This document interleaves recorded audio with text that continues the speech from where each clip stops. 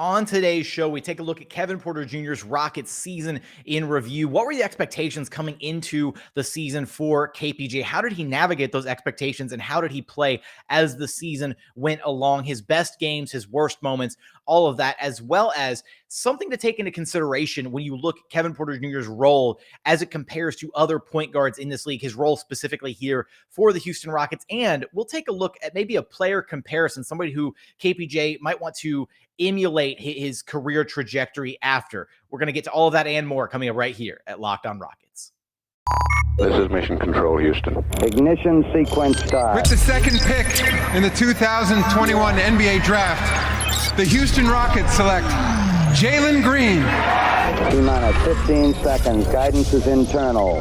I'm going to keep working. I'm going to keep getting better every day. I'm going to keep perfecting my craft. And every time I step on that floor, I'm coming. 6, 5, 4, 3, 2, 1.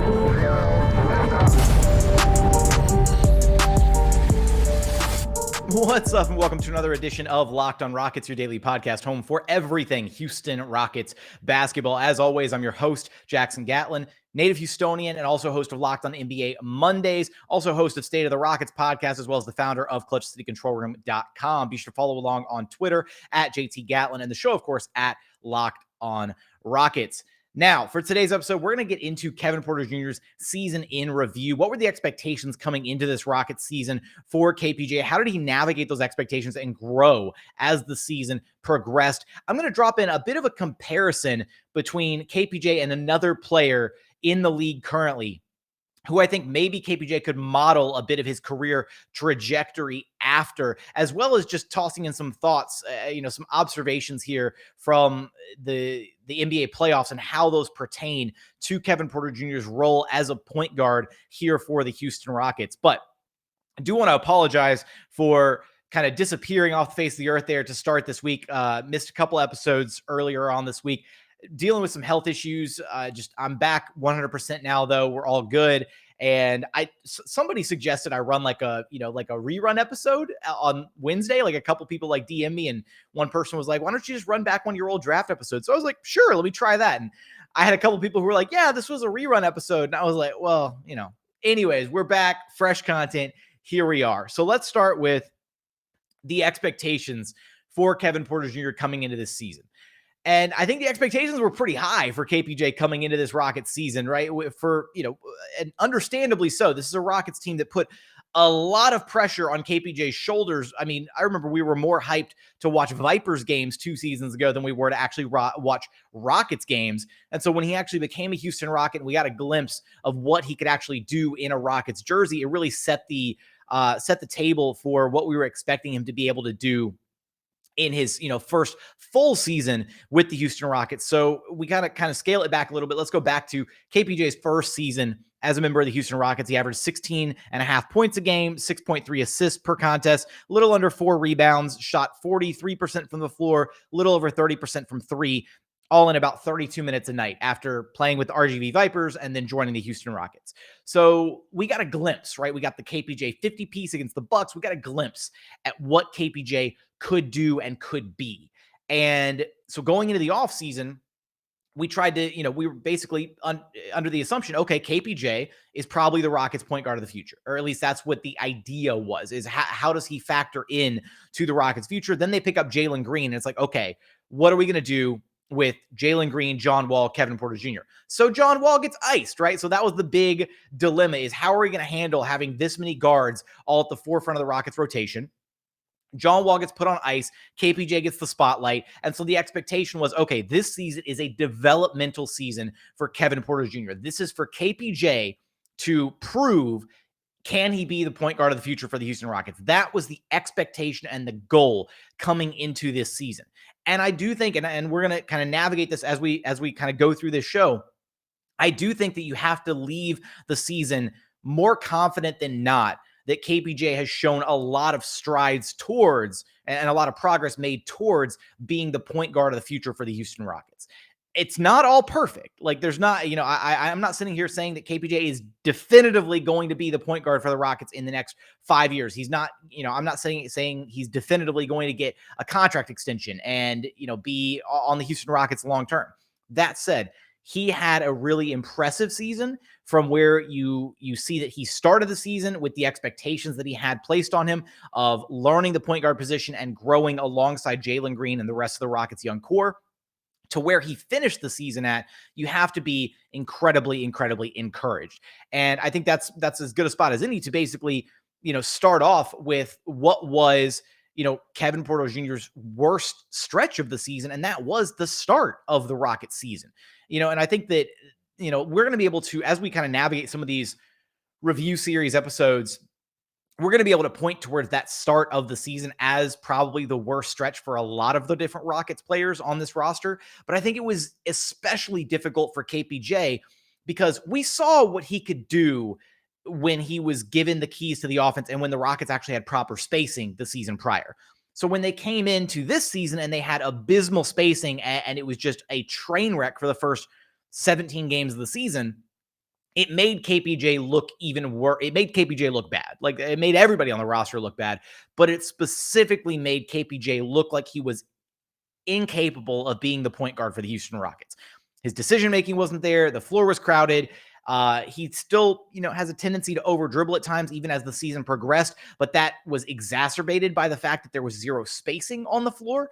So all these different variables and factors from the double big lineup to start the season, or the two non-shooter lineup, if you will, to start the season, were all compounded by the fact that KPJ was trying to learn a brand new position, was trying to adapt and grow as the point guard. And so that was really rough on him. And it led to a very, very tough start to the NBA season for KPJ. If we go all the way back to KPJ's first 19 games of the season, so not even, essentially just right after they ditched the double big lineup. That's kind of the stretch that I'm going to be looking at here, because KPJ really was a completely different player after his quad injury that sidelined him for about 12 games or so, came back after that and was a completely different guy.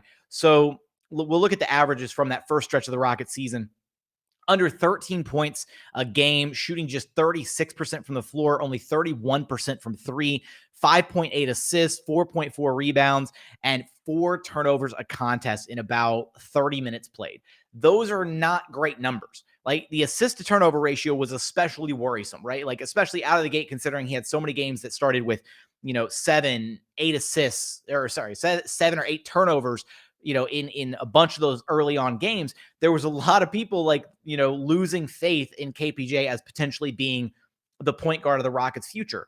And thankfully they hit that they hit that rough patch early in the season. Then KPJ had his injury, which, I'm not going to say thankfully for, I'm not going to be thankful for the injury, but even KPJ had said when returning from the injury that allowed him the time that he needed to really take a look at some of the areas that he wasn't really taking effective or taking control of on the floor, I should say, areas that he wasn't being nearly as effective as he could be.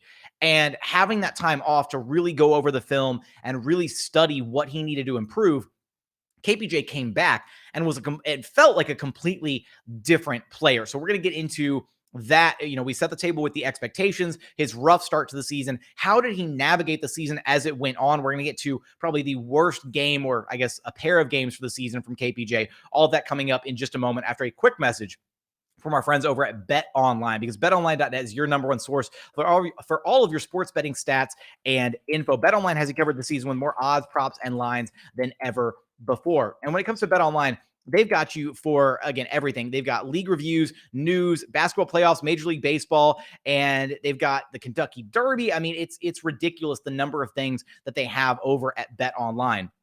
And when it comes to the Houston Rockets, I mean, with the Rockets, we're concerned about the NBA draft, right? That's the one thing that we're focused on here. We're not worried about playoff odds. We're not worried about any of that because, unfortunately, that doesn't actually, affect the Rockets right now. So let's take a look at the NBA draft and take a look at the, chances of who goes number 1 overall in this year's NBA draft. Right now, BetOnline has Jabari Smith Jr. at plus 100 to be the number 1 overall pick in this year's NBA draft. They got Chet Holmgren at plus 190 and then Paolo Banchero at plus 275. So for that and more, head over to BetOnline's website or use your mobile device to learn more about the trends and action available to you. BetOnline, it's where the game starts.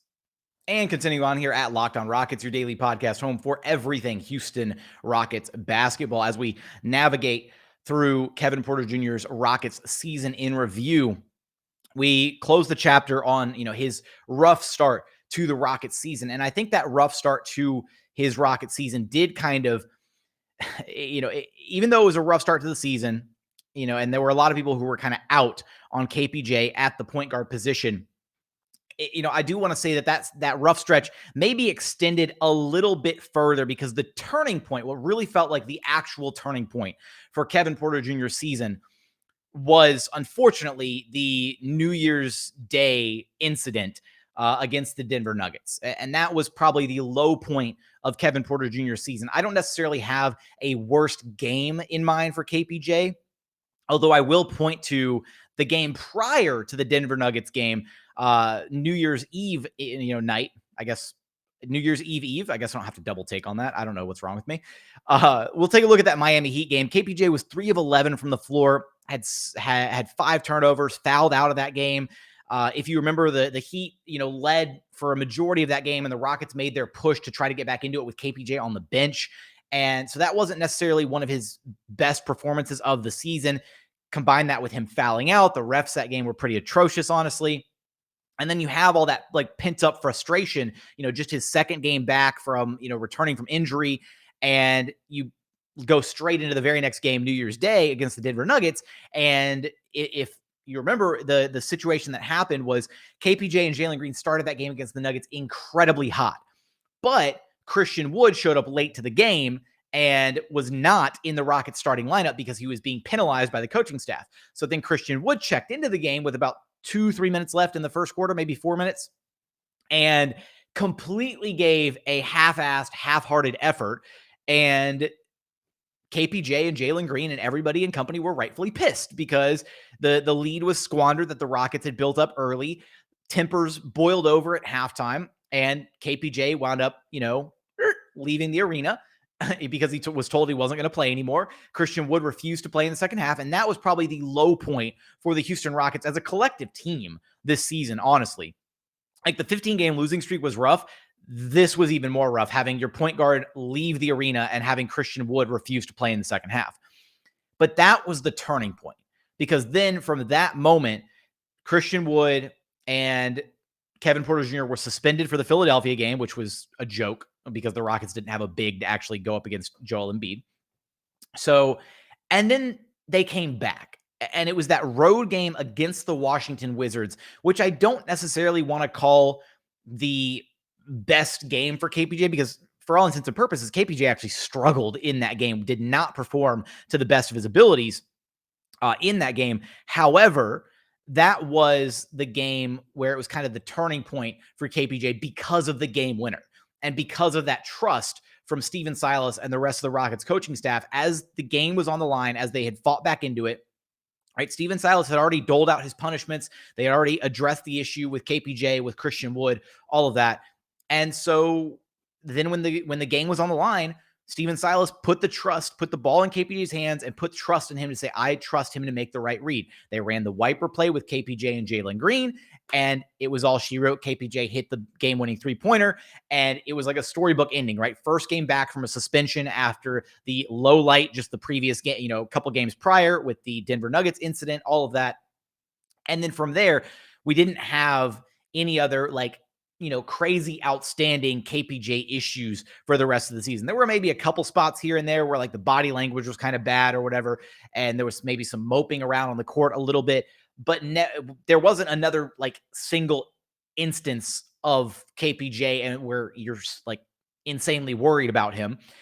And that was kind of like the turning point, right? It was his chance to get his head back on his shoulders, to realize that behavior is not accepted, not tolerated. And the way the Rockets and Stephen Silas responded to it, right, is they could have been much more harsh on him, the way that he reacted to the situation.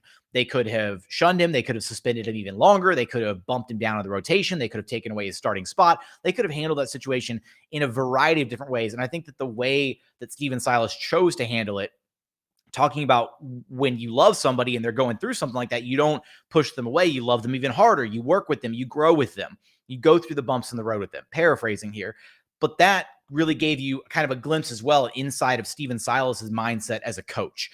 And I thought I gained a lot of respect for how Steven Silas and the rest of the Rockets organization handled that situation, and how it looks like they collectively grew from that point on with KPJ specifically for this Rockets season.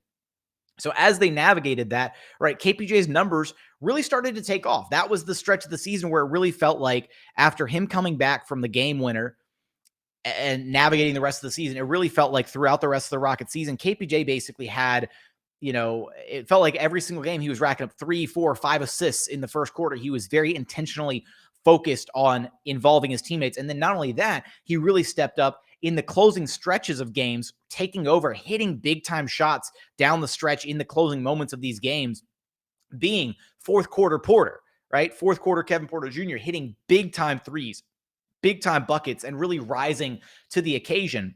And it really felt like that moment, the rest of the season from that game winner on, was the version of KPJ we had been wanting to see from the jump of the Rockets season.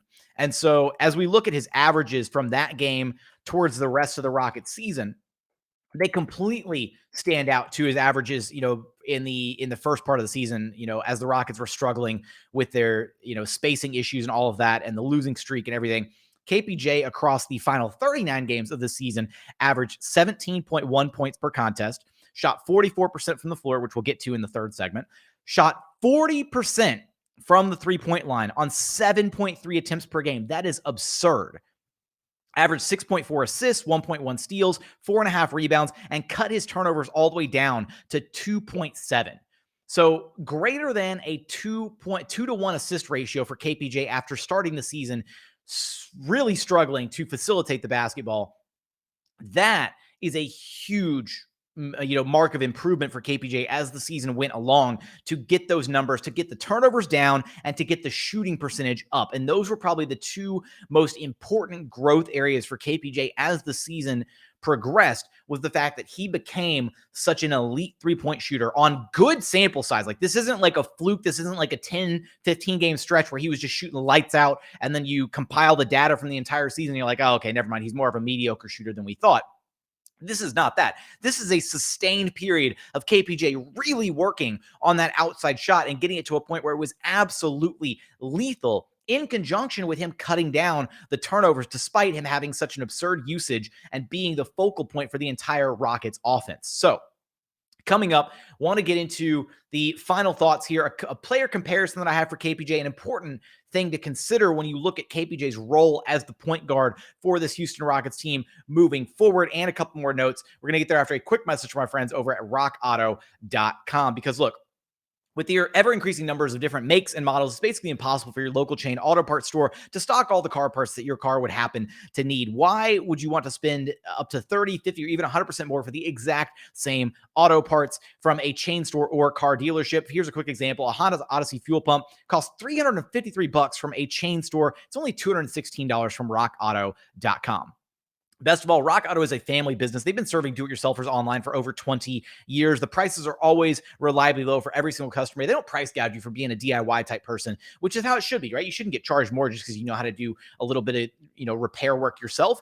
They've got everything you could possibly need, from brake parts, tail lamps, motor oil, even brand new carpet. So go explore their easy-to-use website today and find the solution to your auto parts needs. And here's a really important part. When you go to rockauto.com, when you're getting ready to check out, be sure to write Locked On in there. How did you hear about us box, so that they know that we sent you. Amazing selection, reliably low prices, all the parts your car will ever need. Be sure to visit rockauto.com. And final segment here at Locked On Rockets, your daily podcast home for everything Houston Rockets basketball. Now, final segment here talking about KPJ, his Rockets season in review. Now, I will say his best stretch of the season, period, like without debate, was the same as Jalen Green's. It was the closing stretch of the season after the Rockets kind of shut down the vets. And again, maybe you chalk this up to a little bit of teams, I don't want to say selling to end the season, but at the same time, like, the Rockets played some really competitive games down the stretch of the season. Even though they lost every single one of them, they were in a lot of those games and playing some really high-level competitive basketball, specifically Jalen Green and KPJ. Across the final 7 games of the season, Kevin Porter Jr. averaged 28.7 points per game, 7.3 rebounds, 7.4 assists, had just 3 turnovers per contest, so still maintaining that greater than 2 to 1 assist to turnover ratio, which is a really good metric for point guards in the NBA. 38 minutes a night, shot 48% from the floor, which was a nice uptick from the 43, 44% that he was averaging most of the season, and then maintained the three-point shooting, 40% three-point shooting on 11 attempts per game across those 7 games to round out the rest of the season, 87% shooting from the free throw line. Absurd numbers, right? A glimpse at what we could possibly get if KPJ and Jalen Green are the 1-2 of the Rockets offense, as opposed to trying to balance having somebody else be the focal point within this Rockets team. So I want to look at a quick comparison of somebody that I think KPJ could potentially model his career trajectory after. I also want to look at the area of most needed improvement for Kevin Porter Jr. and a reminder about his role for this Rockets team, and something we're probably going to revisit as this offseason, moves along and progresses. Just something to throw out there, food for thought, if you will. But with Kevin Porter Jr., I think it's really important to remember that when we pose the question, right, is KPJ a point guard, or is KPJ the right point guard for the Houston Rockets? Like, I think the important distinction is Kevin Porter Jr. the right point guard for Jalen Green? Like, I think that is what needs to be considered now, is because Jalen Green has proven that he is the cornerstone. He's the franchise guy. That's what you walk away feeling like. That's what we walked away saying from Jalen Green's season in review, is he has proven with beyond the shadow of a doubt that he is now the franchise cornerstone for the Houston Rockets. So now you take Jalen Green into account with the pieces you're trying to mold and fit around him. So is Kevin Porter Jr. the right point guard for Jalen Green? Should be the question. Not, is Kevin Porter Jr. a good point guard? Can he be a point guard? Can he be a floor general? Ignore all those questions.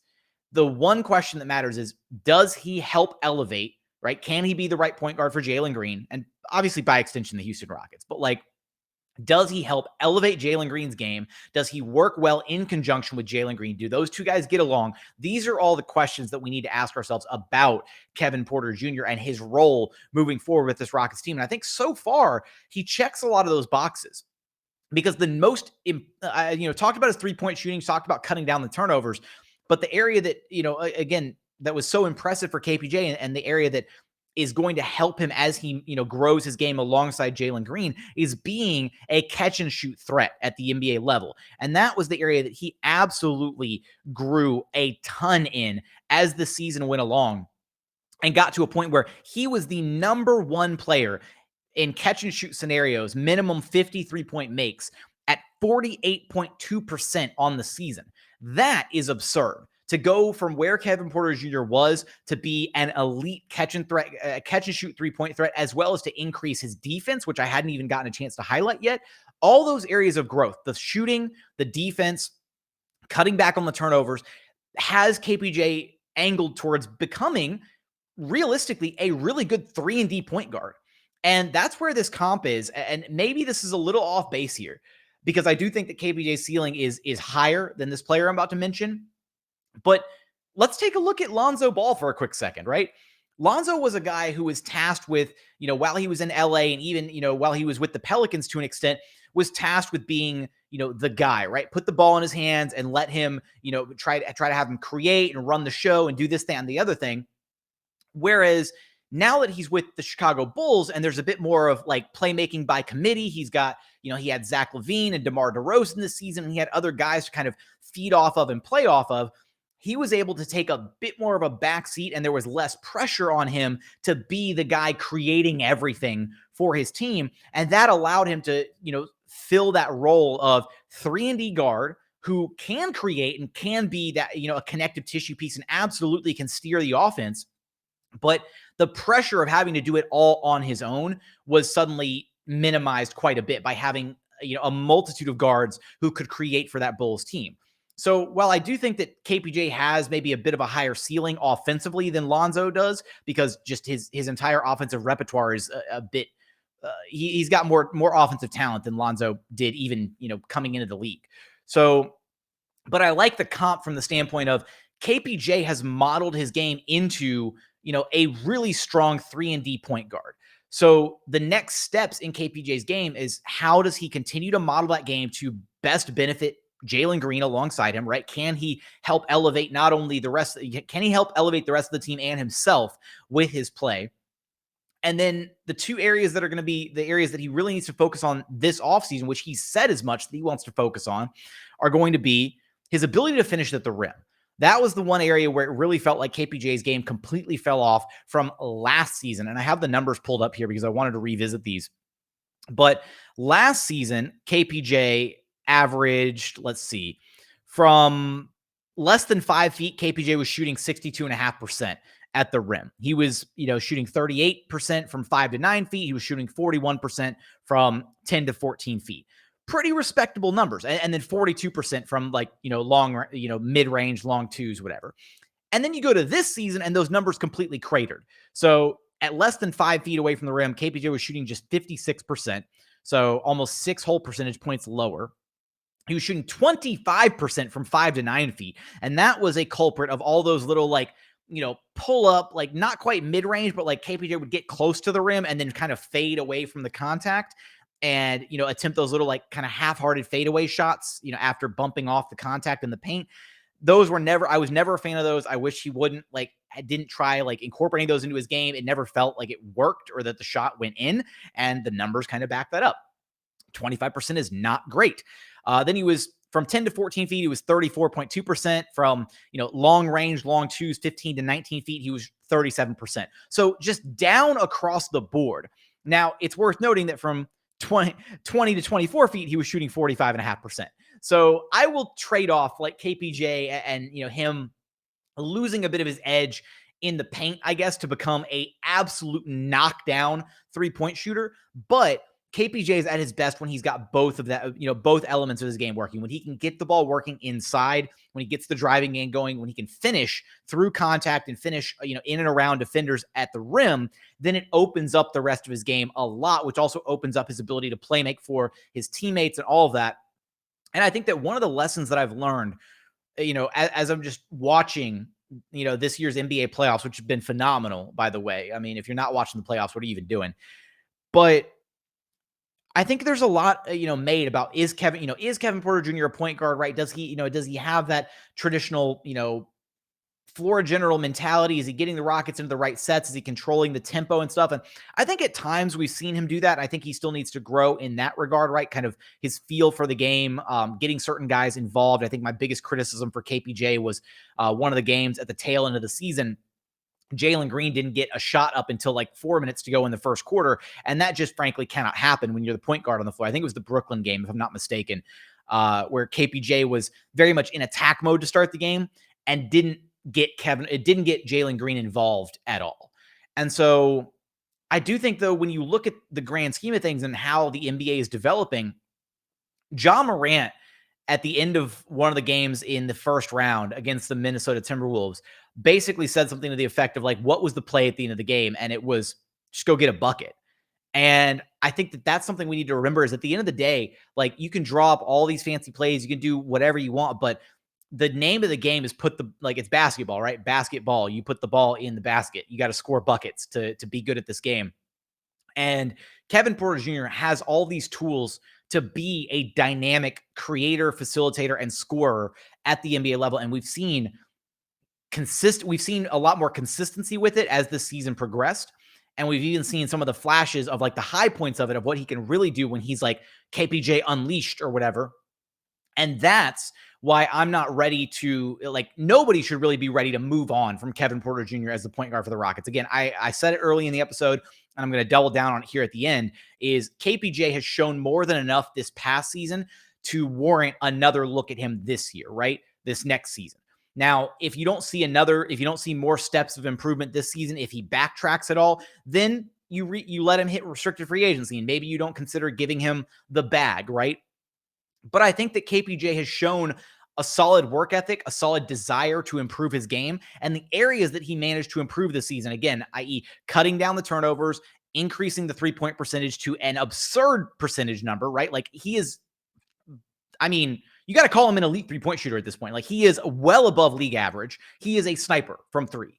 So to do that in the span of one calendar NBA season, to make those improvements to his game, albeit with a couple little hiccups here and there, you have to walk away very, very encouraged about what more he's going to be able to add to his game as he grows and as he continues to develop. So for KPJ, I think the season was an absolute success for both him and for the Houston Rockets. Because again, the goal coming into the season was what do we have here with KPJ, right? Can he be the point guard of the future for the Houston Rockets? And while I don't think that question has been answered with an emphatic yes or absolutely, I think that you're moving towards being confident that that's going to be the answer further down the line. I think that right now it's a tentative, like, we feel good about where KPJ is. There's still some areas that he needs to improve, but you're not out on him, right? This year could have been a disaster. It could have been a train wreck by, the halfway point in the season. The Rockets could have been like, yeah, KPJ at point is a disaster. This was a terrible idea. We should have never given him the keys to the offense. But instead, like what Steven Silas said to close out his, exit interview media availability, is the way that this season ended compared to how it started and how we progressed through this entire season. I think a lot of Rockets fans, myself included, a lot of, people who cover the team, media, whatever, there's a really good feeling that they've kind of found something, that they have a good foundation with which to build on. And that could have easily not been the case, right? That could have easily been, oh, this team's a dumpster fire and they have no idea what's going on. No, it feels like, especially that final stretch of the season with KPJ and Jalen Green and all the young guys, feels like we really tapped into something and unlocked something with this team, a good foundation of with which to build on moving forward. So I think KPJ deserves a lot of credit for the work that he's put in. I think he had a really phenomenal season, and he needs to iron out a couple areas of his game this offseason. He said he's going to work on the finishing in and around the rim, the interior finishing. Talked about the fact that, layups for him, has been kind of a skill thing, a finesse thing, as well as technique and whatnot. Kind of a combination of it being both technical and mental for him. So, something that he's bound to be working on this offseason. Hopefully he brings it back and can get those numbers back up to where they were his first season with the Houston Rockets. But now that he doesn't have the pressure on his shoulders of earning that spot and retaining that spot as the Rockets point guard, having a full season with Jalen Green as his backcourt partner under his belt, a full season with all these other young guys, that were learning the game alongside him. It's not easy to learn the game to be the point guard of the team, as well as learning how to play with a bunch of rookies and sophomores at the same time while balancing all the veterans. KPJ was dealt, I don't want to say a crappy hand to start the season, but a very difficult hand. And I think he absolutely made the most of it. So with that, that's going to be it for today's episode as we continue navigating our Rockets review series here at LOR. But as always, appreciate you for checking out the show. Again, apologies for my slightly extended absence there, missing a couple days. I was not on social media. I was just trying to recover. I was super down in the dumps. I am feeling much, much better now. Trust me, if I tried to come on the show and do the show, it would have been the show would have been dragging through the mud, and I wouldn't have enjoyed it. You wouldn't have enjoyed it. It would have been bad all around. So we're back. We're back on track. We're, all smooth skies, clear skies, smooth sailing, all that good stuff from here on out. So with that, appreciate you checking out the show. If you haven't done so yet, please consider subscribing wherever you get your podcast, Apple, Spotify, Google, the brand new Odyssey app, free and available on all platforms. Also, be sure to check out the show on YouTube. Go to YouTube, search Locked On Rockets, like, comment, subscribe, all that good stuff. How do you feel about Kevin Porter Jr. moving forward as the point guard of the future for the Houston Rockets? Let me know in the YouTube comments. I do read each and every one of those. Even if you don't want to talk about KPJ's role as, a member of the Houston Rockets, just go type Go Rockets in the comments. I do, appreciate those. I've noticed the people who have done that when I called out, hashtag for the algorithm. So I appreciate each and every one of you. But as always, thank you so much for watching. Thank you so much for listening. And we look forward to having you back right here at Locked On Rockets, your daily podcast home for everything Houston Rockets basketball.